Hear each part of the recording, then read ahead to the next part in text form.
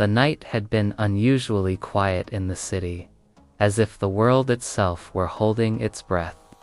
From the shadows of the Hawthorne estate, a figure watched the mansion through the cold glare of the security lights. Every movement, every flicker of life within those walls was catalogued with meticulous care. The figure's hands, gloved and steady, traced the contours of a small wooden mask, inspecting the delicate carvings as though they were sacred. The symbol etched into its forehead seemed to pulse faintly in the dim light, a mark of purpose, of inevitability. To anyone else, it was merely an object. To its holder, it was a key, silent herald of what was to come. Inside the mansion, the philanthropist moved through his study, unaware of the presence outside. A life of influence, of power, of carefully controlled appearances. Tonight, none of that would matter.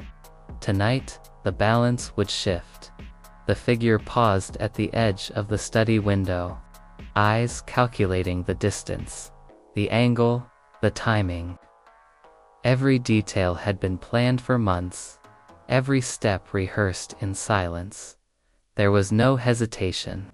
There would be no mistakes. When the moment came, it was swift and precise.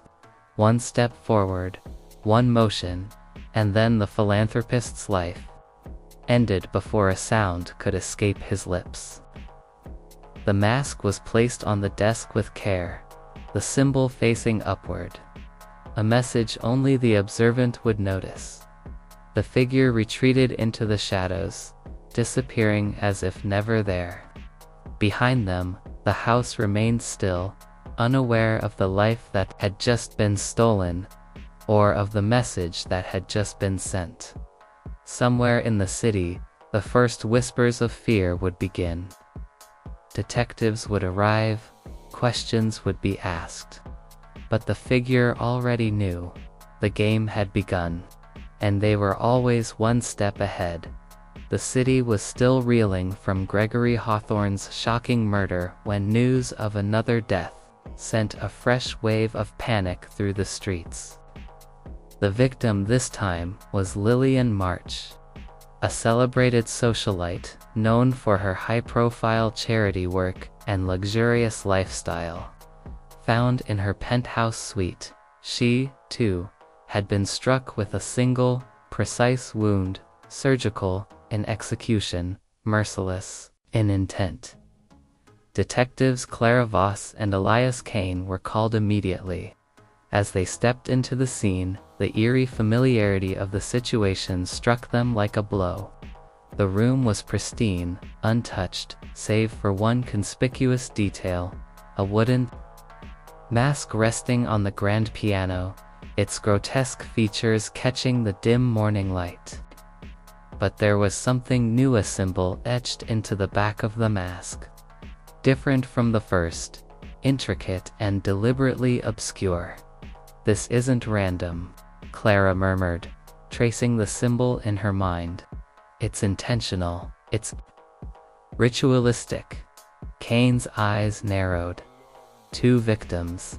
Same method. Same mask. Whoever is doing this isn't after money, they're sending a message. Over the next days, the media erupted. Headlines screamed about the city's mask killer, a mysterious figure leaving death and cryptic symbols in their wake. Social media buzzed with speculation. Experts debated the meaning of the masks, while citizens grew increasingly fearful of even walking the streets at night. For the detectives, however, the pressure was both personal and professional. Every crime scene revealed precision, planning, and a twisted creativity that set the killer apart from any ordinary murderer. The ritualistic element, the carefully carved mask, the changing symbols, suggested a deeper obsession, one that Clara described as a dark language only the killer understands. They began poring over connections between the victims, searching for patterns in social circles, charitable events, and personal dealings, yet nothing immediately explained why Hawthorne and March had been chosen. The absence of theft, the meticulous placement of the masks, and the changing symbols signaled a chilling consistency. The killer was not only methodical, but evolving. Kane's frustration grew. "It's like they're taunting us," he said. "Each symbol, each mask. They're like clues in a puzzle we can't even begin to understand." Clara only nodded, her mind already racing ahead. Or maybe it's a map. And the next victim is already chosen. The detectives realized, with a sinking dread, that they were no longer dealing with isolated killings. A pattern had emerged, one that promised not only more victims but a complex, terrifying game, one that the city had only just begun to comprehend. The city had already begun to panic. 2 high-profile murders, both marked by the unnerving presence of a carved wooden mask, had left the public in fear and the authorities scrambling. Yet the detectives' unease deepened when a 3rd body was discovered, this time an acclaimed artist named Victor Lemoyne, a figure deeply connected to elite social circles and renowned for his avant-garde exhibitions. Victor's body was found in his private gallery, surrounded by his own works of abstract art that now seemed eerily still, almost complicit in the horror. As with the previous victims, a single precise wound ended his life swiftly. And, once again, a wooden mask had been left behind. Detectives Clara Voss and Elias Kane approached it with growing trepidation. This mask bore a symbol unlike the first two, a complex glyph, etched into the back, delicate and deliberate, as if the killer had painstakingly crafted each line with careful intent. The detectives instinctively knew that these markings were more than decoration. "It's a sequence," Clara said, eyes narrowing as she compared it to the previous masks. "Each one is different, but there's a progression here. It's like pieces of a puzzle." Kane frowned. "A puzzle that's killing people, with the city's pressure mounting and media speculation at a fever pitch."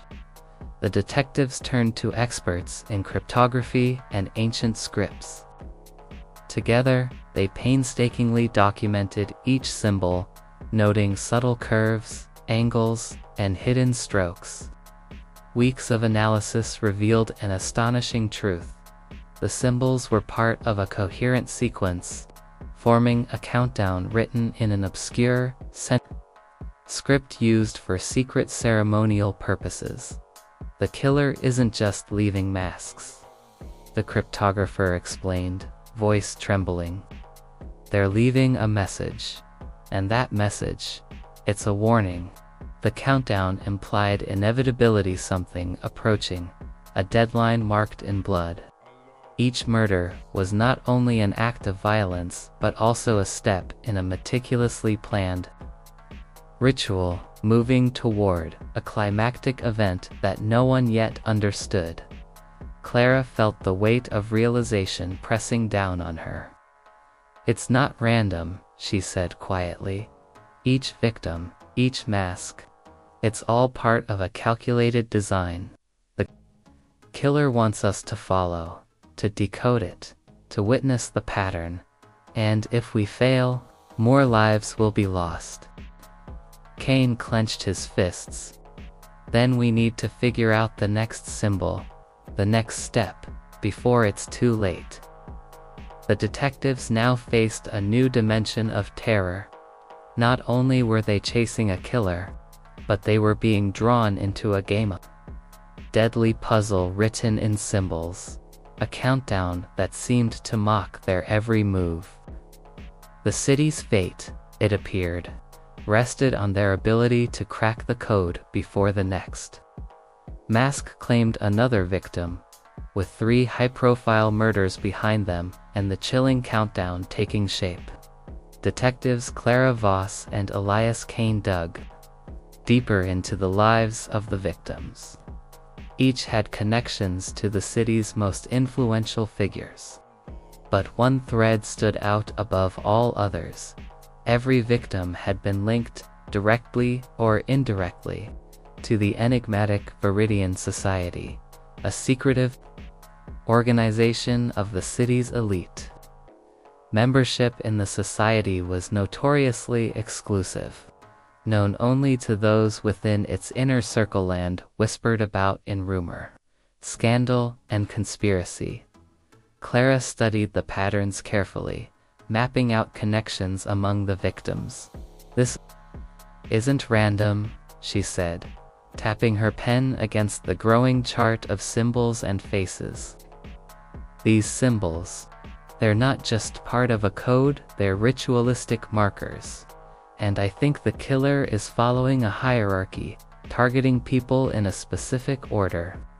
Kane leaned over the desk, exhaustion etched on his face. "You're saying the killer isn't just murdering, they're performing a sequence, a ritual, and the countdown we decoded points toward." "What exactly?" Clara traced the symbols with a finger. "Look at this. Each symbol corresponds to a founding member, or someone tied to the founding members, of the Viridian Society. The killer is working backward, perhaps forward through the history of the organization. Each death is a step in a larger ceremonial plan." The implications hit Kane hard. So the next target could be someone at the very top, someone untouchable. Clara nodded grimly. "Yes, and if we don't act quickly, the killer will continue the ritual until they've either destroyed the society or completed it in some way we can't yet imagine." The detectives began cross-referencing society members, their connections, and the chronology implied by the symbols. Each discovery heightened the urgency. The killer was not only intelligent but meticulous, exploiting centuries-old secrets and hierarchies. The city's elite, long shielded from scrutiny, were now exposed as potential victims as the pieces of the puzzle fell into place. Clara felt a cold certainty settle over her. The countdown was more than a warning, it was a challenge. The killer was daring them to follow, to decode, and ultimately to stop them. But with every new revelation, the stakes rose. The next victim could be the society's most powerful figure. And failure would mean not just another life lost, but the unraveling of an entire secretive order whose influence spanned generations. The detectives realized they were closing in, but the closer they got, the more dangerous the path became. The game was no longer about solving murders. It was about preventing the culmination of a ritual that had been decades in the making, with consequences far beyond their worst fears. The investigation had grown into a race against time. Every symbol, every mask, and every murder led Clara Voss and Elias Kane closer to the truth, but the final revelation struck with a personal intensity neither detective had anticipated. Through painstaking analysis of the countdown, the victims' connections, and the society's records, it became horrifyingly clear the next target was someone intimately connected to Clara herself. The realization hit her like a physical blow. The killer was no longer just a distant threat. The danger had become personal. She felt her pulse quicken as she scanned the notes and symbols. "They know me," she whispered, voice tight with tension. "They've chosen someone I care about. And it's only a matter of time." Kane's hand steadied hers. "Then we move now." There's no time to wait. They followed the trail of clues through the city, piecing together the killer's path with a desperate urgency. Every step seemed preordained, as though the killer anticipated their moves, leaving them just enough breadcrumbs to lead them to the inevitable confrontation. The trail culminated at the highest point of the city, an abandoned observatory perched on a jagged cliff, its silhouette etched against the fading twilight. Inside, the observatory's vast, echoing chambers were filled with dust and shadow. The broken telescope pointed skyward like an accusatory finger. And there, standing at the center of the room, was the killer, masked no longer, but calm, composed, and unnervingly deliberate. "You're too late," the figure said softly, voice carrying a conviction that chilled Clara to the bone. "I have been chosen to purify this city, to remove its corruption, its decadence, its false morality." Clara's breath caught as recognition hit her. The killer was no stranger. This was someone who had moved among them, someone with access, someone who believed that their actions were justified by a higher purpose. The careful planning, the ritualistic symbols, the masksul had been a statement of conviction, a declaration of moral righteousness in their own twisted view. Kane positioned himself slightly in front of Clara, eyes scanning for any sudden movement. "It ends here," he said firmly, voice carrying both authority and warning. The killer lifted a mask, placing it carefully on a pedestal as if performing a ceremonial act. "You cannot stop the truth," they whispered. "The city must be cleansed, and I am its instrument." Clara stepped forward, heart pounding. "You've taken innocent lives under the guise of purity," she said, voice steady despite the fear. "This isn't justice, it's madness. And it ends tonight." A tense silence followed, broken only by the distant wind whistling through the shattered glass of the observatory dome.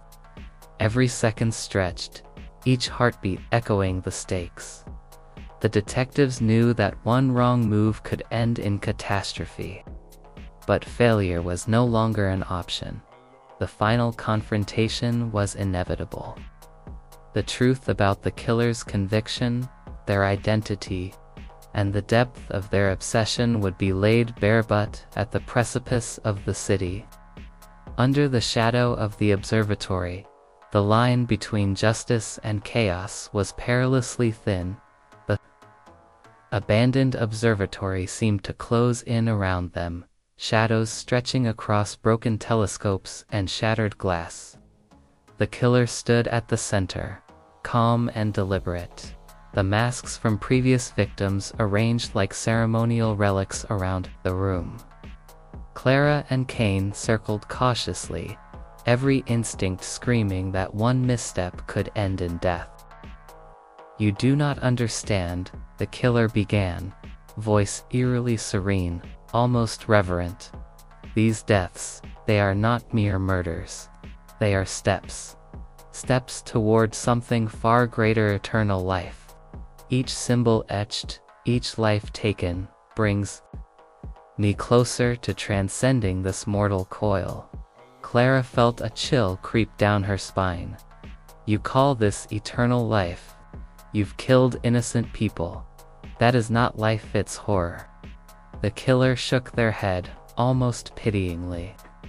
"You are blind. The city is corrupt, rotten at its core. Through this ritual, I purify its hand. In doing so, I ascend. The masks, the symbols, they are more than code. They are vessels, markers, conduits. Through them, I will achieve a state beyond your understanding." Kane stepped forward, fists clenched. "And if we don't stop you, how many more steps before the ritual is complete?" The killer smiled faintly. You cannot stop inevitability. Every choice, every action, leads to the next step. The ritual is already in motion. The final step is right in front of you. It was then that Clara realized the ultimate horror. The killer's final target was not a stranger, was someone she loved. The moral weight of the moment pressed down on her. Could she save them without becoming collateral in the killer's delusion of righteousness? Could justice survive against such a fanatical philosophy? You will not do this, Clara said, voice trembling yet resolute. I will stop you, even if it costs me everything. The killer tilted their head, studying her like a scholar examining a specimen. You misunderstand. This is not about good or evil, it is evolution.